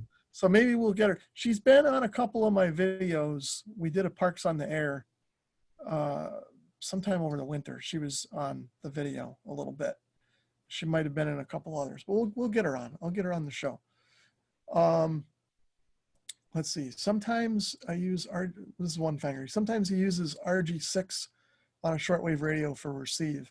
It's going out to my south-facing rain gutters. That's cool. I think my dad was using RG6 for a while, just the short run to get from this radio to his long wire that he had strung between the house and the barn. Worked. But are you using rain gutters as your antennas? Because that's interesting. I know people have tried that. One of my buddies here locally who lives in an apartment, like 3 days after he moved into the apartment, he went out when it was dark and he drilled a hole into the gutter and put a screw in there so he could tap into it. And he had pretty good luck with it. So I'm curious if you're using that. He was actually tuning it up. I think he tried transmitting through it too. I don't remember now. It wouldn't work for me. My rain gutters are plastic. Oh yeah, there you go. I haven't never tried it, but I want to. I know they've played around and made videos about all kinds of stuff, turning them into antennas. I think that's fun. People like watching that. Let's see, Aldi Moore, no amateur radio sales within 250 miles of me. Yeah, that's a bummer. Well, I'll tell you though, I haven't been to a ham radio store in years, ever since the one locally closed. We've got the one in New Hampshire, but I have to admit I've never been there. I've ordered from them, And I've driven by it, but I've never been able to stop in. Every time I've been up there, it's been for work. So one of these days. I know my sister's been there though. Maybe she'll take me. Um, bring back Heathkit. Yeah, I think they tried that a couple times, didn't they, Kevin? That would be cool. Yes, they did. Let's see. Jerry says, "What's the word on the new ARRL CEO?" I haven't heard much. You know, I kind of have been staying out of that. I got involved in that a little bit last year, and I kind of regretted it. So I don't know that much about the ARRL or what they do or anything. And I've just been kind of, I don't want to say keeping away from it, but I know some of my friends in the YouTubers bunch have reached out to him, and so far he seems like a real decent guy. He's real enthusiastic about the hobby and the future. I think he's going to bring some great ideas. I know the last CEO had a lot of good ideas out there that he had floated out there, and they didn't get implemented yet, or some of them have, I guess, but I don't know if they were all his ideas or not. That's all politics. I don't have time for that. We'll just hope the new guy follows through, and I think he will. I think he'll be okay. I think they were a little more careful in their vetting process this time, and hopefully he sticks around for a while. I just saw But we'll see. one of the users group where ARRL is going to start charging $50 for a license. Yeah, I know that's another hot topic that's coming up. We were throwing some emails around the YouTubers group about that. I've got mixed feelings on it. I understand it costs money to process these licenses. And just from some of the stuff I've read, there's other countries out there where it's super expensive. The $50 is a bargain compared to that. I know it's not what we're used to, and I think it's prohibitive to new hams. Especially young people. Yes, yes. You've got a guy that's 15 years old or a girl, lady, whatever. They're trying to get their license. They're going to school. Maybe they don't even have a job. They're trying to work through college, whatever. $50 is a lot of money to charge somebody for a license, especially if they're just getting started out. I think I'd rather see them bring back fees for vanity calls, things like that, and leave at least the entry-level technician license, let it be free or a very small amount. Yep. Kind of a thing. That's sort of my take on it, but I haven't really digested the whole thing yet. I don't know. What do you think, Tom? I agree. I think it's going to hurt the new people coming in, and they're just going to say, never mind. I could see where you might want to increase it a little bit, but I think they went over the top. 50 is way too much. Yeah, and I wonder if some of it is, kind of like what we do at work or whatever, where you say, okay, well, I'm going to ask for $50, but I really only want it to be 15. They're going to ask for more and then say, oh, we're going to compromise down. But at the end of the day, they probably really don't want, if you know where I'm getting at. So I hope that's all that is they're just throwing that up there, and then we end up compromising on something and whatever. But not to get political, we don't need to give the government any more money than we have to. And I'll leave it at that. But no, it does cost money to process this stuff, and it is, I guess it is a fair thing to have to pay for that processing fee, but $50 is kind of steep. If it actually costs $50 to process those licenses, they got to look at the system, make it a little more efficient. Let's see. John Dare says, you need a tower. Yeah, maybe someday. At least for the VHF stuff, UHF stuff, but not right now. I don't need that. Actually, there's been a couple times where I could have gotten towers for free or next to nothing, and I turned it down. Let's see, more quality info here than hours of YouTube video out there. Okay, well, we appreciate that. Thanks, Wayne. They're an Italian company, great coax. Oh, the whatever it was, that other coax company, he says they're Italian. Okay. And I'm probably missing chats here, and I apologize if I've skipped over something. But it's good to have all this feedback. I mean, that's what this show's about. So Yeah, it's fun to interact with everybody. yeah, I didn't think we'd even get this much because we kind of started kind of early. You know, it's great to see the activity. Let's see. She said, well, your wife got her steps. You need a tower. Yeah, yeah. She got her camper. If you guys saw the video a couple weeks ago, we got a camper. That was hers. Um, but no, there's some other stuff going on. I'm not going to get into right that now. was her camper. Okay. Yeah, kinda. She's wanted one. I've been on the fence. I like the idea of it, but I'm lazy. I don't want to maintain another thing. But Yep. she, you know, she really wanted it, and it's a lot of fun. It's a lot of fun. We went just to get off radio topic for a second. We went a couple of weeks ago. We took the camper for a week. We went up to New Hampshire, and her parents, they have one of those huge motorhomes. They were going to Florida every summer or every winter for a while. They did the typical snowbird thing. So we went camping with them. You know, we parked next to them. Of course, our camper's only a pop-up, so we felt kind of inferior, but next to their 40-foot bus. But it was a lot of fun. We were able to go up, spend some time in the campground with my in-laws, do some sightseeing up there in the mountains of New Hampshire, and there was activities for my son at the campground. We had a lot of fun. It was a great week. So we did enjoy it. But I think if it was just me by myself, I probably wouldn't buy a camper just because just don't want to deal with the maintenance.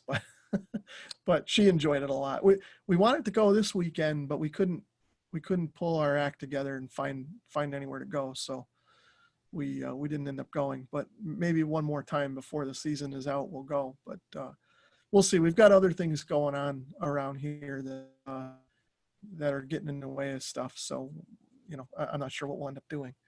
But yeah, that was her camper. I've got all my toys. So it was time for her to get something. I got my motorcycles and I got my radio. So she needed something. She had fun decorating it. That's for sure. Let's see. Well, I'm getting way behind here. Kevin, tie the grounds together and centers as yes, parallel lines works great. I'm gonna have to look into that. That sounds like an interesting way to do it. Okay, Sandra says check out the specs on that Italian coax. I'll look at that. Let's see. Anime says ham ladies do it. Yeah, we need more ladies in ham. And that's why I was glad to see my sister get her license. She gets involved in one of the local clubs, and there's a few ladies up there, and they kind of, I don't know if they run the club, but they do a lot with that club, and it's good to see. Let's see. Lori is saying it's okay to pick. Yeah, okay. 74 ARB is in there. Hello. One Finger ARRL is an organization dedicated to compromise, just like the NRA. Yeah, you know, the ARRL has a tough job. I mean, look at all us hams. You know, you put two hams in a room and they're not going to agree on anything. But they do a good job. And I've been down to the ARRL for the tour. I've operated W1AW a couple times, and it's a great organization. The staff down there is just top notch, and there's a lot of volunteers too that put in a lot of time. Their board, the board of directors, gets a little political, and that's what turns me off. I don't like the politics end of it, kind of a thing. And just leave that to its thing, and you know, but put that aside. Everything the ARRL does is great. People argue it's a little behind the times, and maybe that's true. But they'll get there. They definitely have some decent resources and some good people down there. FCC will charge 50, not ARRL. Yeah, I guess it's the FCC that's charging it. I think the ARRL will probably fight it. Isn't TikTok free? What universe does the ARRL live in? Yeah, I don't know. I don't know what TikTok is, but I'm not sure how it ties in. they do not want an educated population. Well, I don't know if you're talking about the ARRL, but I think they definitely want hams educated. They have all those publications and stuff that they put out to help us understand radio theory. Let's see. 74 ARB. What do you guys think of joining a ham club? Is it worth it? What do you think, Tom? I think it depends on the club. Now, I used to be a member of the Clearwater Amateur Radio Club, which was a huge club. This was 15 years ago, and we had speakers every meeting, a lot of participation, Q&A. It's a great club. Well, I don't remember why, and I used to do the newsletter. No, never mind. I don't know why, but we somehow, the person that had a publishing company who was publishing our newsletters for us stopped supporting us. So we stopped the newsletter, and kind of coincidental, the attendance dropped way off and it never recovered. Well, it did recover, but when it recovered, there were new people in charge, and it never got back to what it used to be. And I went to one a couple of years ago and did a presentation, and there were like 6 people there. Now, maybe it was because of my presentation. Oh, I doubt that. Yeah, so my take on it is I belong to a couple of the local clubs. One of them I'm more active with than the other. I belong to a small club here in Eastern Connecticut, and it's in years past it was much more active than it is now. But for me, that suits my personality. I'm more in it for the social aspect and just hanging out with like-minded people. I don't get how do I want to put it? I just don't have the time to commit to like serious activities like a lot of the bigger clubs do. Like some of the bigger clubs around here put on these fantastic field day events that take tons of planning and whatever. Whereas the club that I belong to, it's more of a casual club. We'd get together for field day and just do whatever. It was more of a barbecue than a field day. And I personally like that. I belong to a second club, a great club, stand-up club. A lot of people have been in this club for 30, 40 years, really well reputation in the area. And they run a local repeater that I use all the time. And I joined that club just because I use the repeater a lot. I felt like, well, I'm using the repeater, I should support the club. But it's a good club. They do the fox hunting that you've seen on my channel too, the videos. They support that fox hunting program. So that's a lot of fun. But I don't go to their meetings just because I have to pick and choose. I can't go to both clubs. So I go to my low-key club because I like that. But I do support the other bigger, more active club as well. So I guess that's a long way to say that, you have to find a club that suits your personality and suits your interest in the hobby. And that may evolve over time, like for me right now, I'm working full time, so I don't devote a ton of my energy to ham radio or radio in general, but someday that may change. And then I may want to get more involved in the bigger club that does more activities because I may have more time to devote to that. So I think ham radio clubs are good. And I encourage participation in them if you can find one that suits your needs. Even if you're not, an active member going to every meeting, sometimes it's good to just be on the email list. You can get a lot of good information, from them. And, to kind of to Tom's point, it helps show interest in the club and keep those rosters up and things to show the interest in the hobby. Let's see. KB1WQK says lots of good information for sure. Well, I don't know good, but there's information, I guess. Let's see. Psychocamp says he joined the local club because I wanted to help support the local repeater I use all the time. Well, yeah, you and I are in the same boat there. But I know you've gone to some of the meetings. I really enjoyed the meetings as they usually had a tech topic presentation at each one. Yeah, I've heard you talk about the club, and the club we're talking about is the Bears of Manchester, Connecticut.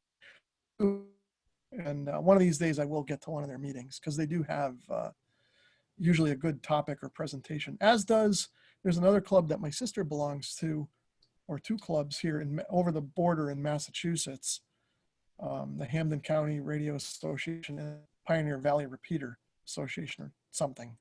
Um, they're also pretty active clubs, and they do good tech, have pretty good following. In fact, I think their club, those two clubs in Massachusetts, they have some younger members that are energetic and devote some time to the clubs. So they're good ones to look at. Justin Time is here. Good morning. Great ham radio show. Great interaction. Keep it up. Glad you like it, Kevin.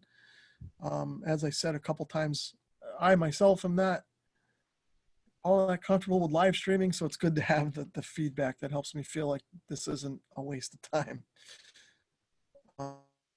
Flag, my last comment was pro ARRL and against the $50 fee. Okay, no worries, we got you. And like we said, the $50 fee seems a bit steep.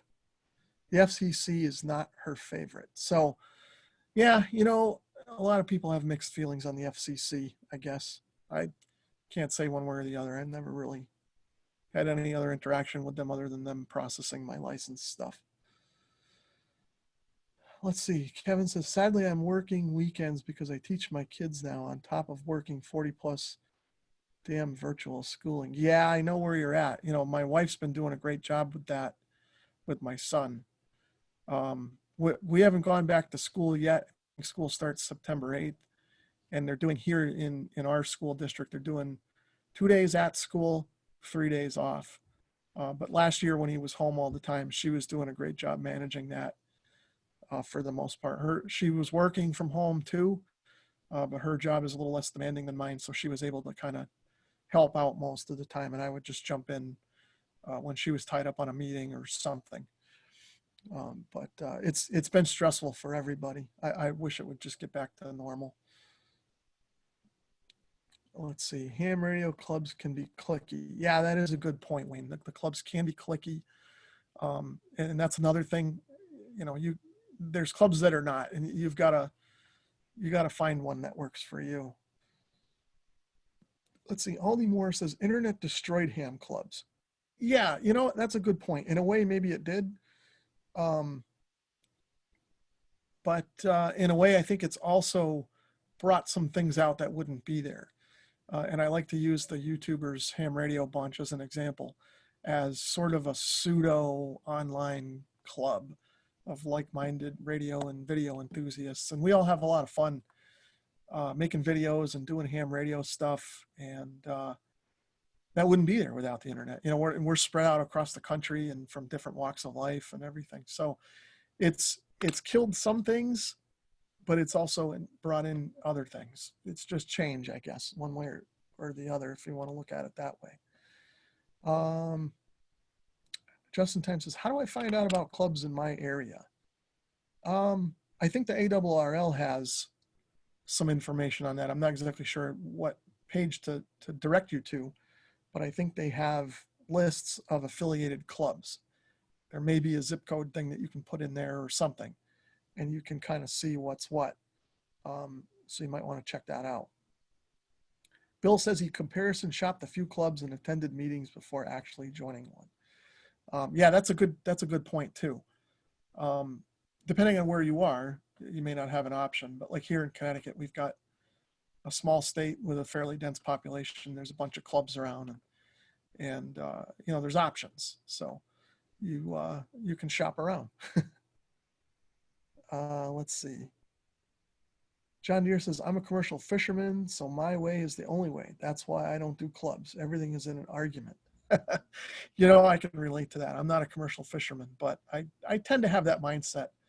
And that's why I stay out of politics too, because I don't understand sometimes the bigger picture. And like I just get a little fed up sometimes with stuff. And that's why it took me a while find a good club. But I found one that's sort of apolitical for the most part, and we don't worry about that kind of stuff. We just enjoy each other's company and play radio when we get around to it. Kevin says we have a lively Aries club here in Montgomery County, Pennsylvania. We have some Aries activity around here.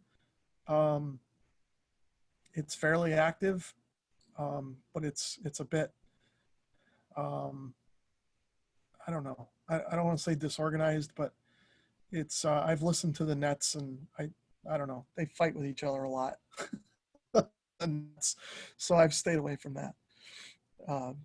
Cycle Camp may be able to talk more to that. I know he's participated in some of that stuff.